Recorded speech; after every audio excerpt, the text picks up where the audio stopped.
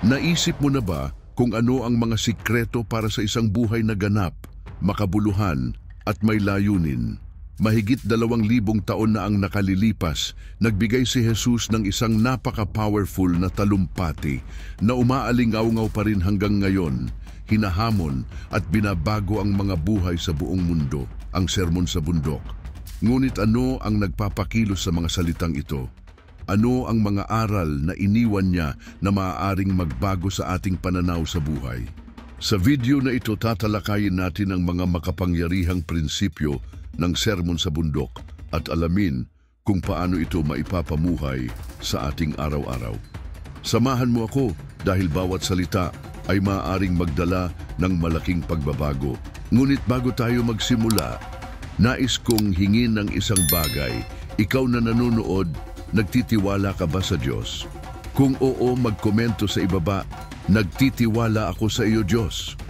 At kung hindi ka pa nakasubscribe sa channel, iniimbitahan kitang mag-subscribe. Sa ganitong paraan, makakatanggap ka ng mga notification tuwing may bago kaming video. Isa ang sermon na nagpabago sa mundo.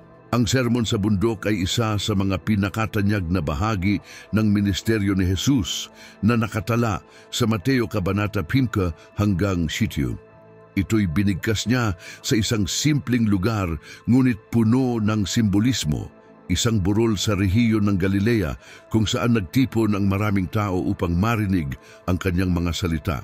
Nang makita ni Jesus ang kagustuhan ng mga tao na matuto at makahanap ng pag-asa, umakyat siya sa burol, naupo at nagsimulang magturo tulad ng kaugalian ng mga rabi. Ngunit ang kanyang mga salita ay higit pa sa karaniwang pagtuturo. Ito'y nagtaglay ng makalangit na awtoridad na humamon sa pag-unawa ng panahon at patuloy na nagbabago ng mga buhay hanggang ngayon. Noong panahon iyon, ang lipunan ay lubhang nahati.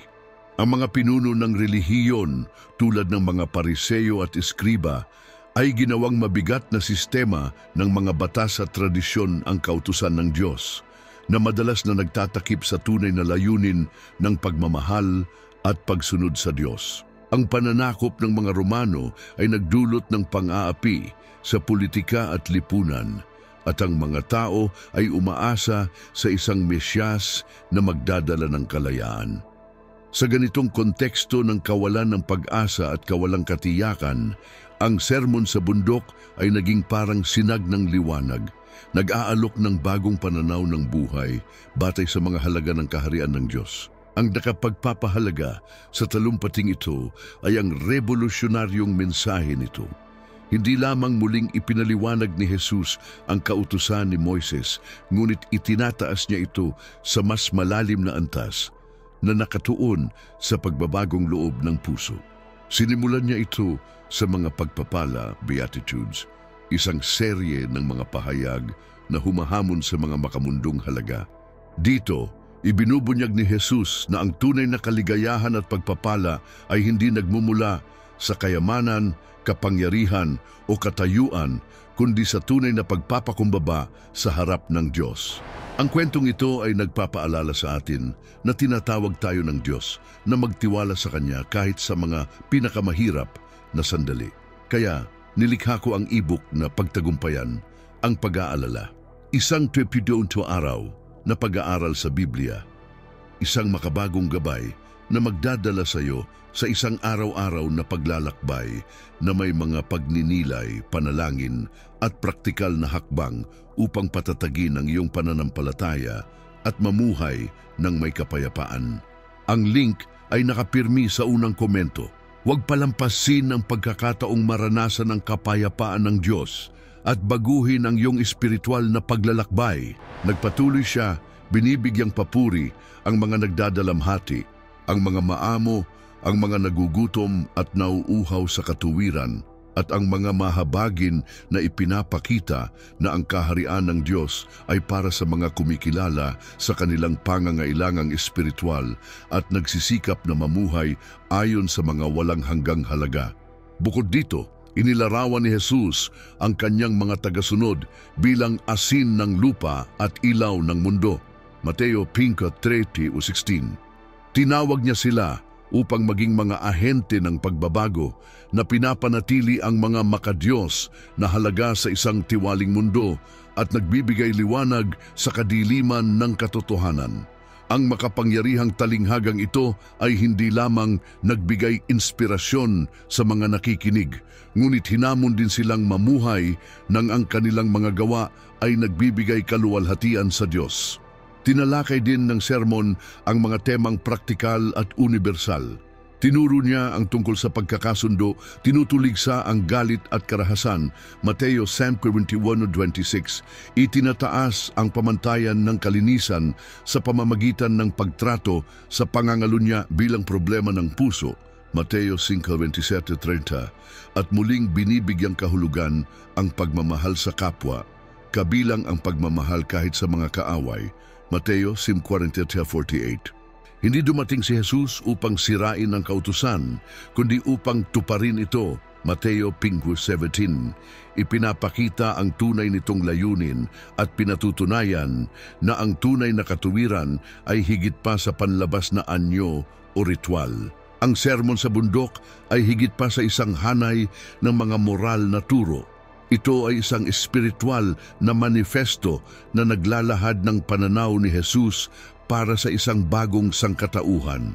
Nag-aalok ito ng modelo ng pamumuhay na hindi lamang nagpapalapit sa atin sa Diyos, kundi pati na rin ay binabago ang ating mga relasyon sa iba. Hindi nakapagtataka na sa pagtatapos ng sermon, ang karamihan ay namangha dahil siya ay nagturo na may autoridad, hindi tulad ng mga eskriba, Mateo 7:28-29. Sa video na ito, ating susuriin ang mga pinakamaimpluwensyang turo mula sa sermon sa bundok at pagninilayan kung paano nito mababago ang ating buhay sa kasalukuyan. Inaanyayahan tayo ni Jesus na itayo ang ating buhay sa matibay na pundasyon ng kanyang mga salita. Tulad ng sinabi niya, kaya't ang bawat nakikinig sa aking mga salita at ito'y isinasagawa ay maitutulad sa isang matalinong tao na nagtayo ng kanyang bahay sa ibabaw ng bato. Mateo 7:24. Dalawa, kapakumbabaan at kahirapan ng espiritu. Ang pintuan patungo sa kaharian ng langit, mapalad ang mga dukha sa espiritu, sapagkat kanila ang kaharian ng langit. Mateo 5:3. Ito ang unang beatitude at hindi ito isang aksidente. Sinimulan ni Jesus ang sermon sa bundok sa isang pahayag na ganap na bumaligtad sa mga ideya ng tao tungkol sa kasiyahan at tagumpay. Ang pagiging dukha sa espiritu ay hindi nangangahulugang kawalan ng pag-asa o emosyonal na kahungkagan, kundi ang pagkilala sa ating lubos na pangangailangan sa Diyos. Ito ay ang pagtanggap na sa ating sarili wala tayong kakayahan upang makamit ang kaligtasan o mamuhay ng ganap tulad ng ninanais niya. Sa sinaunang panahon tulad ngayon, maraming naniniwala na ang lakas, kapangyarihan at kayamanan ang mga landas tungo sa isang matagumpay na buhay. Gayunpaman, binabaligtad ni Jesus ang lohika na ito at ipinapahayag na ang tunay na daan patungo sa kaharian ng Diyos ay nagsisimula sa kapakumbabaan. Ang kahirapan ng espiritu ay ang kamalayan na ang lahat ng ating mayroon at kung sino tayo ay lubos na nakasalalay sa biyaya at awa ng Diyos. Ang mensaheng ito ay umaalingaw-ngaw sa iba pang bahagi ng Biblia tulad ng awit 34:18. Ang Panginoon ay malapit sa mga may pusong wasak at inililigtas ang mga may bagbag na espiritu. Ang pagiging dukha sa espiritu ay nangangahulugan ng pagkakaroon ng pusong mapagpakumbaba sa harap ng Diyos. Ang pagkilala na tayo ay espiritual na salat at kailangan natin siya sa lahat ng bagay. Sa makabagong mundo kung saan ang individualismo at kayabangan ay itinataas, ang kapakumbabaan ay tila isang nakalimutang birtud. Ang mga tao ay hinihimok na maging sapat sa kanilang sarili, hanapin ang kanilang panloob na lakas at ipagmalaki ang kanilang mga tagumpay. Gayunpaman, tinuturuan tayo ni Jesus na ang tunay na kapangyarihan ay nasa pagkilala sa ating kahinaan sa harap ng Diyos. Ang kapakumbabaan ay hindi kahinaan, kundi ang pundasyon upang matanggap ang lahat ng nais ibigay ng Diyos sa atin. Kapag inamin natin na wala tayong maiaalok sa Diyos, siya ay lumalapit at pinupuno tayo ng kanyang mga pagpapala. Ang Santiago 4:10 ay nagpapalakas ng katuruang ito. Magpakumbaba kayo sa harap ng Panginoon at itataas niya kayo.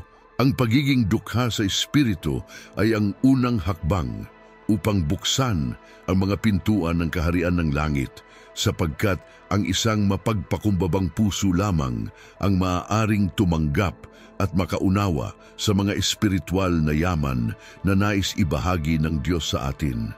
Sa praktikal na paraan, nagsisimula ang kapakumbabaan sa pagkakaunawa na hindi tayo sapat sa sarili natin. Kasama rito ang pagsusuri ng ating mga puso at pagtanggap na ang ating mga pagkukulang at kasalanan ay humahadlang sa atin mula sa Diyos. Ang panalangin ay isa sa mga paraan upang ipahayag ang kahirapan ng Espiritu. Kapag tayo ay nanalangin ng may katapatan, kinikilala natin ang ating pangangailangan para sa direksyon, kapatawaran at lakas upang mamuhay ayon sa banal na kalooban. 3. Matuhaw sa katarungan, ang pagnanais na lagi niyang pinupunan. Mapalad ang mga nagugutom at nauuhaw sa katuwiran sapagkat sila ay bubusugin. Mateo 5:6. Ang pahayag na ito ni Jesus ay napakalalim dahil tinatamaan nito ang isa sa pinakamalalim na hangarin ng tao, ang paghahangad ng katarungan. Ngunit ano ang ibig sabihin ni Jesus sa paggamit ng mga metapora ng gutom at uhaw? Bakit ito mahalaga sa mga nagnanais na mamuhay ng naaayon sa Diyos? Noong panahon ni Jesus, ang gutom at uhaw ay hindi mga abstraktong konsepto. Ito ay mga pang-araw-araw na realidad para sa marami sa kanyang tagapakinig. Ginamit niya ang mga imaheng ito upang ipakita ang matindi at mahalagang pagnanais para sa katuwiran, isang uhaw na masidhi tulad ng pangangailangan para sa pagkain at tubig. Magkaroon ng gutom at uhaw para sa katuwiran ay nangangahulugan ng malalim na pagnanais na ang kalooban ng Diyos ay maganap hindi lamang sa ating personal na buhay, kundi pati na rin sa mundo sa ating paligid.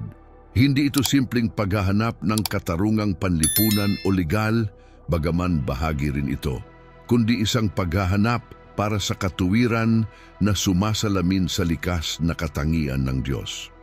Ito ang masidhing pagnanais na makita ang mundo na maibalik sa kaayusang naaayon sa mga prinsipyo ng Diyos at mamuhay ng marangal sa kanyang mga utos. Ang gutom at uhaw na ito para sa katuwiran ay nagsisimula sa puso.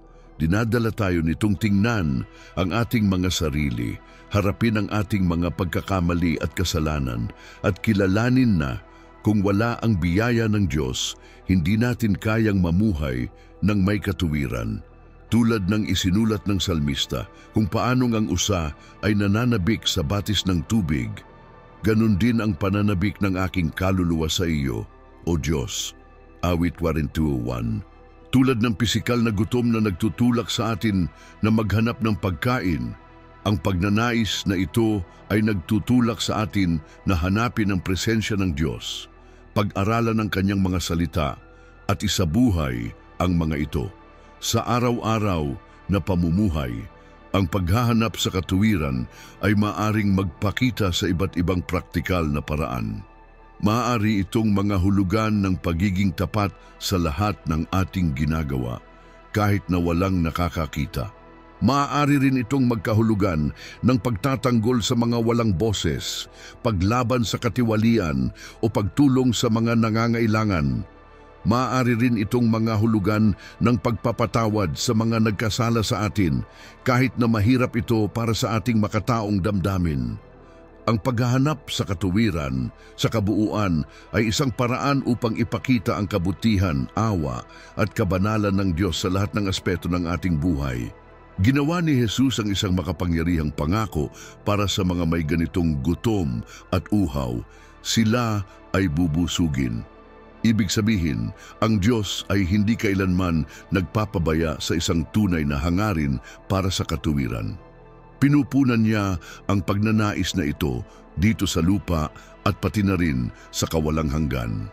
Sa lupa, binibigyan niya tayo ng kakayahang mamuhay ng matuwid sa pamamagitan ng Espiritu Santo na nagbabago sa atin mula sa loob. Sa kawalang hanggan naman, ipinapangako niya ang kanyang kaharian kung saan mawawala ang lahat ng kawalan ng katarungan at maghahari ang ganap na katuwiran magpakailanman. Ang bersikulong ito ay nagpapahiwatig din ng pag-asa na aktibo ang Diyos na kumikilos sa ating mundo. Kahit harapin natin ang mga kawalan ng katarungan, katiwalian at kasamaan, alam natin na ang Diyos ay makatarungan at kikilos siya sa kanyang tamang oras. Ito ang dahilan kung bakit maaari tayong mamuhay ng may kumpiyansa at pagtitiis. Alam na ang ating pagnanais para sa katuwiran ay hindi mawawalan ng kabuluhan. Sa makatuwid, ang pagkakaroon ng gutom at uhaw para sa katuwiran ay higit pa sa pansamantalang kagustuhan o emosyon. Ito ay isang estilo ng pamumuhay, isang patuloy na paghahanap na humuhubog sa ating mga iniisip, salita at gawa. Ito ay isang salamin ng likas na katangian ng Diyos, kaya't ito ay laging gantimpalaan niya. Sa katunayan, kapag hinanap natin ang katuwiran ng buong puso, hindi lamang natin natatagpuan ang mga solusyon sa mga problema. Natatagpuan natin ang Diyos mismo na siyang pinagmumulan ng lahat ng katuwiran. 4. Asin at liwanag ang ating papel bilang mga Kristiyano sa mundo. Sa Sermon sa Bundok, tinawag ni Jesus ang kanyang mga tagasunod bilang asin ng lupa at ilaw ng mundo. Mateo 6:13-16. Ang mga turo na ito ay higit pa sa mga makataong metapora. Ito ay isang praktikal at mapagbabagong misyon para sa lahat ng nagnanais na sumunod kay Kristo at mamuhay ayon sa mga prinsipyo ng kaharian ng Diyos. Sinabi ni Jesus, "Kayo ang asin ng lupa, ngunit kung ang asin ay mawalan ng lasa, paano ito mapanunumbalik sa alat? Wala na itong silbi kundi itapon at yurakan ng mga tao. Kayo ang ilaw ng mundo, hindi maitatago ang isang lungsod na itinayo sa ibabaw ng isang burol. Hindi rin sinisindihan ang isang ilawan at inilalagay sa ilalim ng takalan, kundi inilalagay ito sa patungan at nagbibigay liwanag sa lahat ng nasa bahay. Gayon din, paliwanagin ninyo ang inyong ilaw sa harapan ng mga tao upang makita nila ang inyong mabubuting gawa at luwalhatiin ang inyong Ama na nasa langit." Mateo 10:10-16. Kapag inihalintulad ni Jesus ang kanyang mga tagasunod sa asin, binibigyang diin niya ang mahalagang papel ng elementong ito noong sinaunang panahon. Dalawa ang pangunahing gamit ng asin, ang magpreserba at magbigay ng lasa. Sa konteksto ng pagpapanatili, ginagamit ang asin upang mapigilan ang pagkasira ng pagkain, lalo na noong panahong wala pang mga kagamitan sa pagpapalamig. Tinuturuan tayo nito na ang mga Kristiyano ay dapat maging mga tagapangalaga na pumipigil sa pagkabulok ng moralidad at espiritualidad sa lipunan. Dapat tayong kumilos bilang isang puwersang nag-iingat sa mga halaga ng kaharian ng Diyos sa isang mundong sinira ng kasalanan. Bukod dito, nagbibigay din ng lasa ang asin sa pagkain. Ang pagiging asin ay nangangahulugang mamuhay sa paraang ang ating presensya ay magdulot ng lasa, buhay at pag-asa sa kapaligiran na ating kinalalagyan. Ang ating mga salita, kilos at ugali ay dapat maging parang pampalasa na nagbibigay kakaiba at nagpapakita ng kabutihan ng Diyos. Samantala, binibigyang diin naman ng talinghaga ng liwanag ang papel ng mga Kristiyano bilang mga gabay na espiritual sa isang mundo na puno ng kadiliman at kaguluhan. Kung paanong ang liwanag ay nagtataboy ng dilim, ang buhay ng isang sumusunod kay Jesus ay dapat magliwanag at magbigay ng gabay sa iba. Ang liwanag na ito ay hindi sa atin, kundi isang refleksyon ng liwanag ni Kristo na nananahan sa atin. Tinatawag tayo ni Jesus na huwag itago ang liwanag na ito.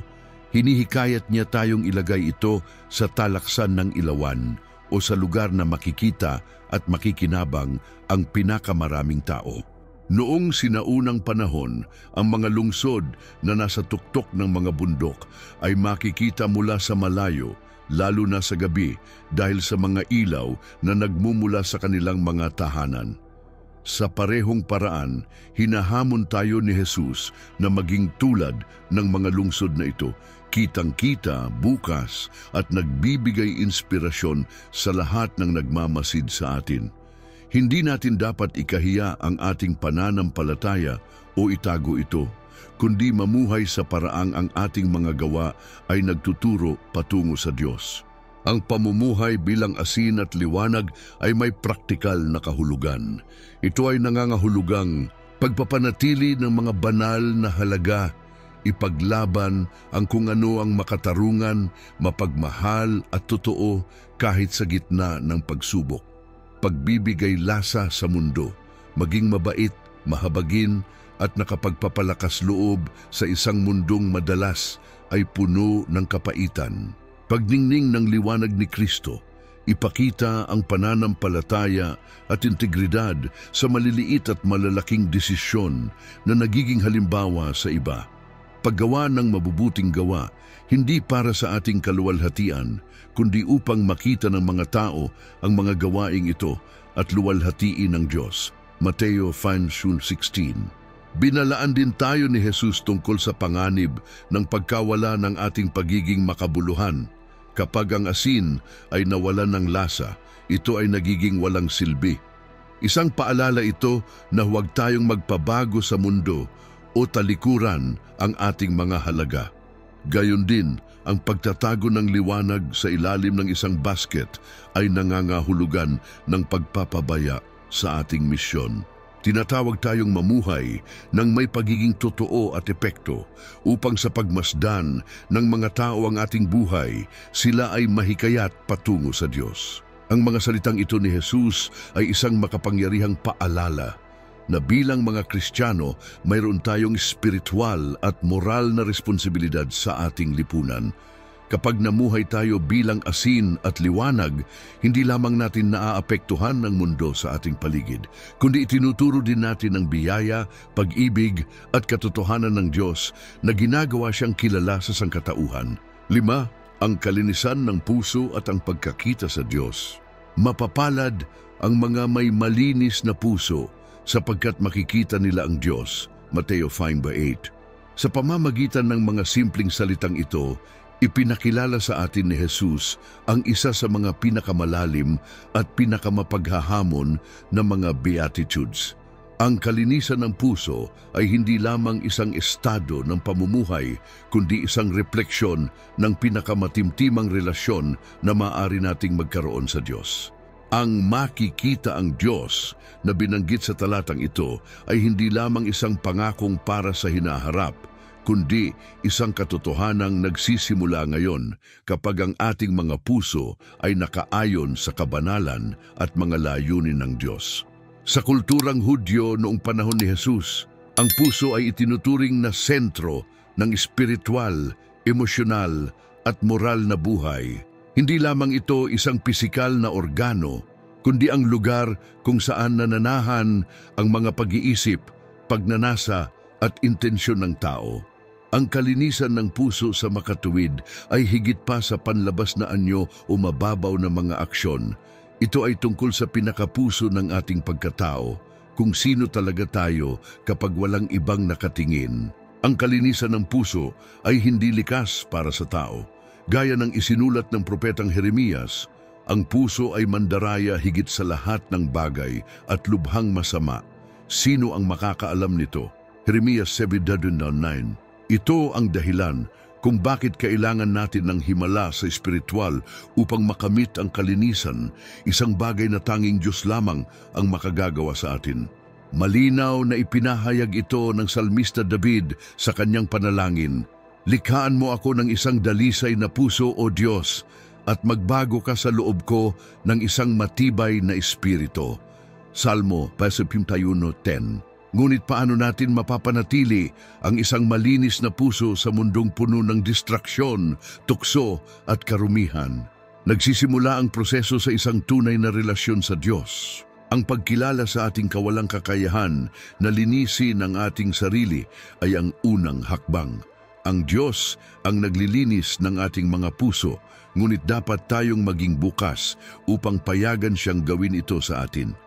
Gaya ng isinulat ni Juan, kung ipinahahayag natin ang ating mga kasalanan, siya ay tapat at matuwid upang patawarin tayo sa ating mga kasalanan at linisin tayo sa lahat ng kalikuan. 1 Juan 1:9. Bukod dito, kailangan nating maging intensyonal sa kung paano natin isinasabuhay ang ating buhay. Mahalagang bantayan ang ating mga mata at isipan. Binalaan tayo ni Jesus tungkol dito sa Mateo 6:22-23. Ang mata ang ilawan ng katawan. Kaya kung malinaw ang iyong mga mata, mapupuno ng liwanag ang buong katawan mo.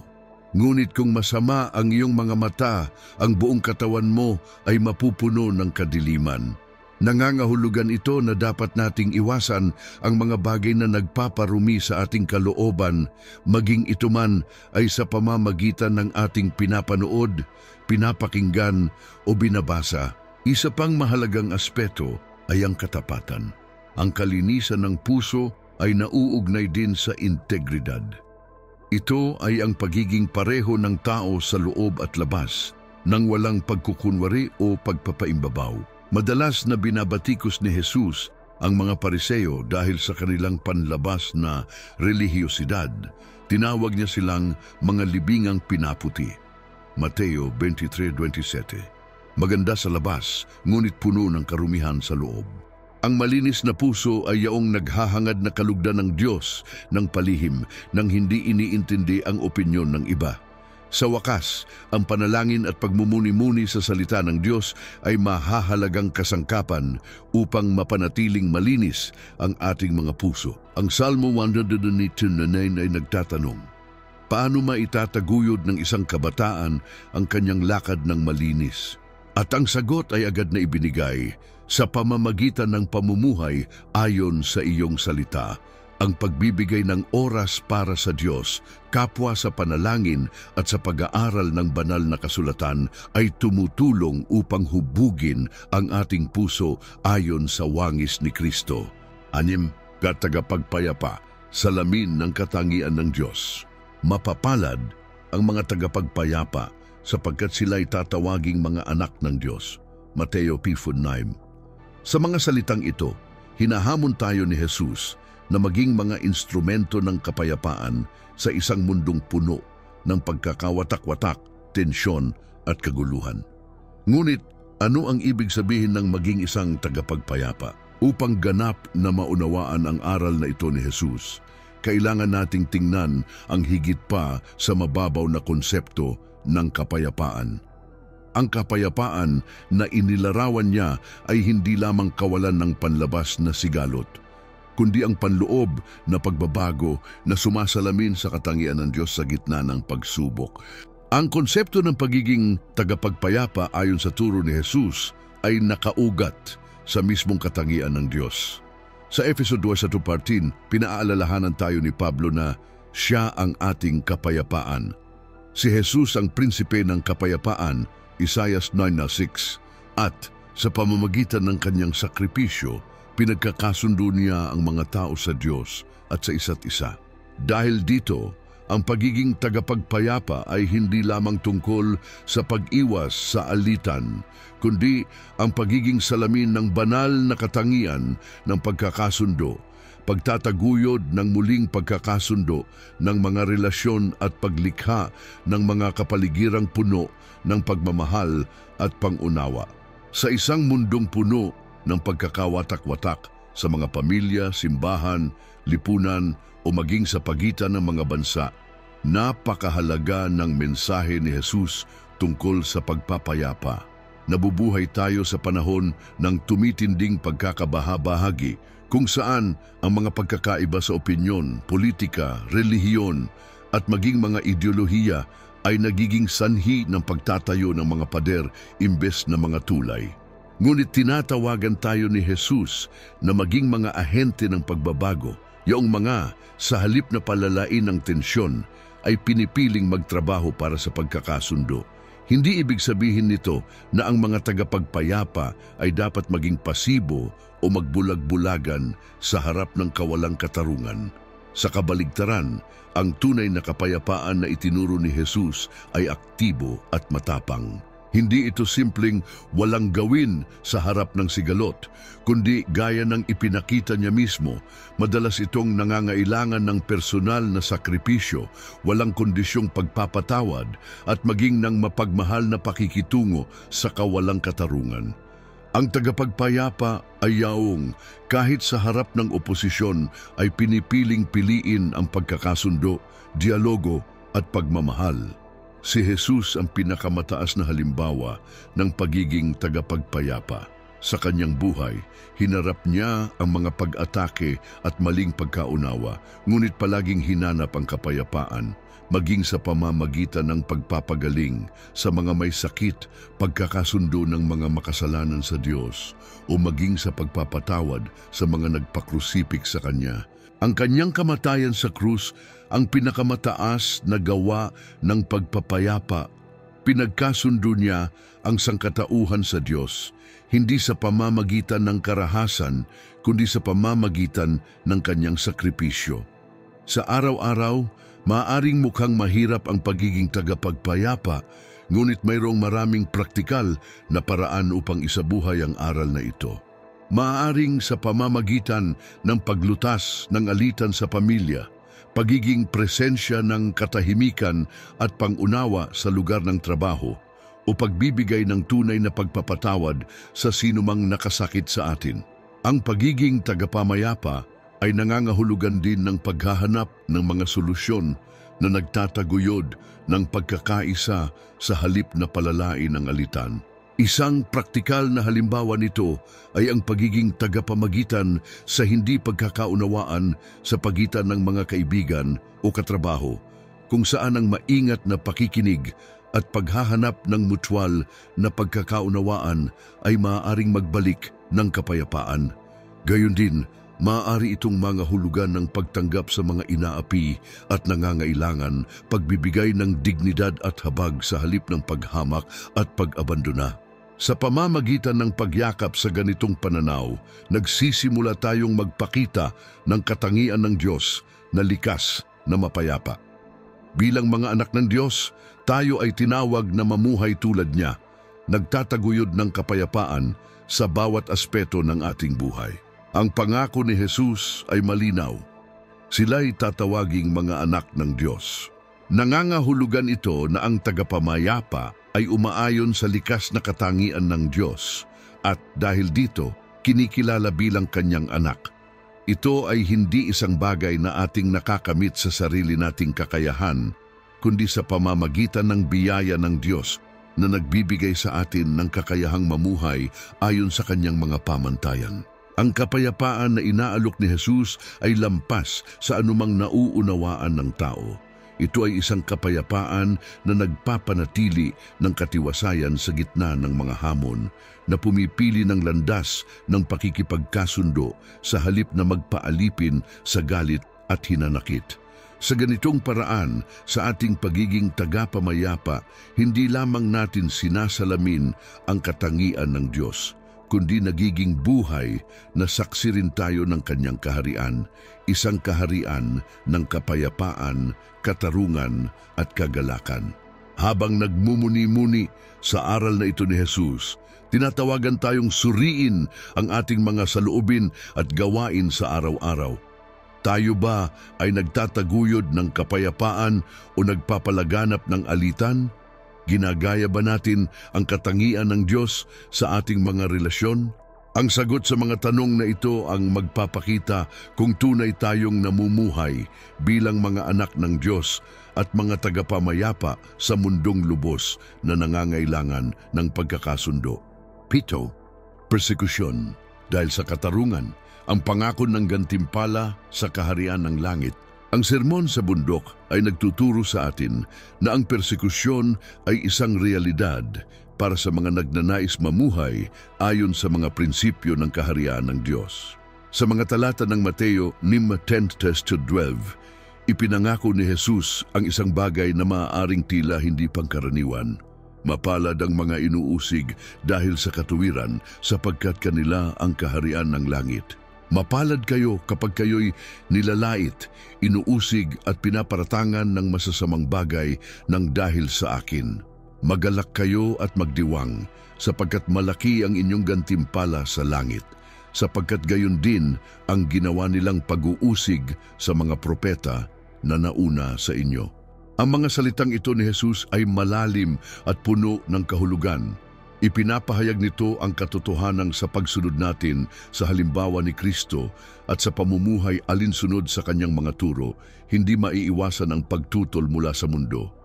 Ang persekusyon dahil sa katuwiran ay hindi tanong ng kung mangyayari, kundi kailan mangyayari. Ngunit sa gitna nito, may mensahe ng pag-asa. Ang gantimpala para sa mga magtitiis ay walang katulad at ito ay sa kaharian ng langit matatanggap. Alam ni Jesus na ang kanyang mga tagasunod ay haharap sa mga hamon, lalo na't ang kanyang mga salita ay sumasalungat sa maraming sistema at pagpapahalaga ng lipunan noong kanyang panahon. Siya mismo ang pinakamainam na halimbawa nito. Namuhay siya ng tapat, may malalim na habag at pagmamahal para sa lahat, ngunit ang kanyang mensahe ng pagsisisi at pagbabago ay hindi tinanggap ng mga lider relihiyoso, makapangyarihan at mapang-aping sistema. Pinayuhan niya ang kanyang mga alagad ukol sa realidad na ito. Sa Juan 15:18-20, sinabi ni Jesus, "Kung napupuot sa inyo ang mundo, alamin ninyo na bago kayo, ako muna ang kanilang kinapuotan. Kung kayo'y taga-mundo, mamahalin kayo ng mundo tulad ng sarili nito. Ngunit dahil hindi kayo taga-mundo, kundi pinili ko kayo mula sa mundo, kaya napupuot sa inyo ang mundo." Pinapaalala sa atin dito ni Jesus na ang persekusyon dahil sa katuwiran ay isang refleksyon ng alitan sa pagitan ng liwanag at dilim. Kapag namuhay tayo ng marangal at tapat sa Diyos, hindi maiiwasan ang maging target ng kritisismo at pag-uusig. Mula pa noong panahon ng Biblia hanggang sa kasaysayan ng Iglesia, ang persekusyon dahil sa katuwiran ay nananatiling bahagi ng buhay ng mga tagasunod ni Kristo. Isa sa mga pinakatanyag na patutuo ng pananampalataya ay ang kay Esteban, ang unang martir na Kristiyano. Sa Gawa 7:54-60, makikita natin kung paano siya pinagbabato hanggang mamatay dahil sa kanyang pananampalataya. Nanatili siyang matatag sa kanyang paninindigan, at kahit na sa harap ng kamatayan, nanalangin siya para sa mga pumapatay sa kanya, sinasabing, "Panginoon, huwag mo silang papanagutin sa kasalanang ito."